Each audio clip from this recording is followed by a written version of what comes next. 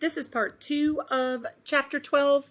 It stressed me out how quickly I ended part 1, so sorry about that. I didn't realize how close to being out of time that I actually was. So this will be a really short part 2 just to go back over a few things that I very much rushed through in the end of part 1. So thinking about going back to that multisensory reading instruction. Again, this is based on visual, auditory, kinesthetic, and tactile pathways to reinforce learning, right? You know some students who are more visual learners. Some of them might really need to hear things. Some of them really, learn by doing or learn by kind of feeling and manipulating things. So we want to try to, address really this multi-sensory, all these components to reach all of our students. So you want to, you can teach your students, again, look at the word, hear the word, trace the word. That's where something like sandpaper, shaving cream, writing letters in finger paint, stuff like that will really help with that tracing. So some examples of multi-sensory methods, and some of you might be trained in these. Some of you, I know where I was last semester with my student teacher, the cooperating teacher was trained in Orton Gillingham. I know a lot of Florence teachers I believe are trained in it now, or they're getting trained in it. So some of you might be trained in some of these methods. Orton Gillingham, Wilson, Fernald, others. Fernald, I think. We used to use one in Charleston, and I cannot for the life of me remember the name of it. I want to say Reading Mastery, but I know that's not it. That's more of a kind of a special ed specific, if you will, a very explicit reading program. Some of you might use Reading Mastery. I used it for years when I taught in both Florida and Charleston County. But we also used one when I was teaching in Charleston County.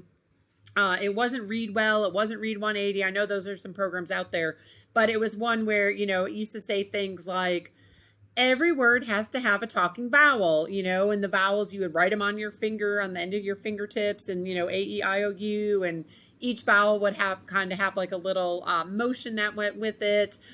You would do things like you would draw like a capital letter A without the crossbar thing, and, with kind of your back to the students, every sentence starts with a capital letter. So you would kind of draw like a little, let me get my draw a little capital thing like that. Every sentence starts with a capital letter and ends with a stop sign, right? So you do things like that. So that was from the program that we used, that again, the name escapes me. I can picture it, can't picture the name of it.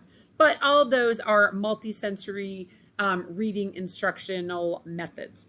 Okay, so then this language experience method, I know I flew over this in the end of part 1. So using the student's own experiences and language, as the written material. And your textbook talks a lot about this. Also, I'm trying to find the specific page that it's on. But of course, I can't. So just look. Oh, hold on. I thought I had it. No, I can't find it right now. But look in your textbook, it's in there. They give a lot more detail and a lot more instruction about this language experience method. So you want to think about, or teach your students, what I can think about, I can talk about. What I can say, I can write. Guess what? If I can't write, someone can write it for me. If I have, some handwriting issues, physical issues, I can use a computer. And then what I can write, I can read. Okay, so that's kind of the language experience method. So something like that, this is something that the students thought about, right? Oh, we went to the Museum of Science and Industry. Oh, well, what did I see there? Oh, I saw baby chicks come out of the eggs. We went down a coal mine. We played with computers. So all of these things are, from this experience of the child. And then they can really, maybe they can expand on the chicks coming out of the eggs. Maybe they could draw a picture, stuff like that, to make it a little more immersive, I guess. So, and then the ultimate goal, right? Yes, we want our students to be fluent. We want them to understand what they're reading. But we also really want students to enjoy reading, right? You're going to get those students, I hate reading. That's going to go with them for the rest of their lives. They're going to struggle with reading, not necessarily struggle with it. They're not going to like reading. Like, think of something that you don't like, and every time someone's like, oh, it's time to blah, blah, blah, you're like, oh man. Hopefully it's not reading.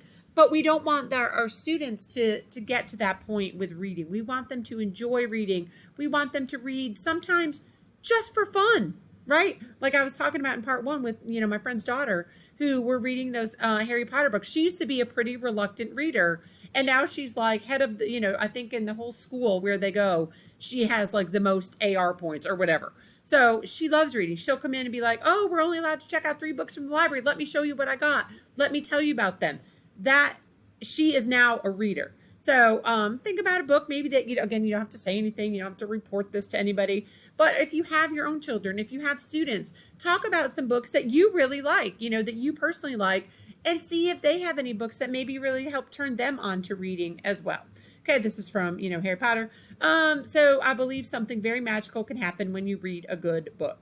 So we all might think that. We all might have that book, that really got us interested in reading, or you may have that person in your life who really got you interested in reading. See if you can be that person for, your students. And the same for math, because, I have to throw in math. We're going to talk about math in chapter 14. But, be that person who gets your students interested in reading and math. Thank you very much. All right, that's the end of chapter 12.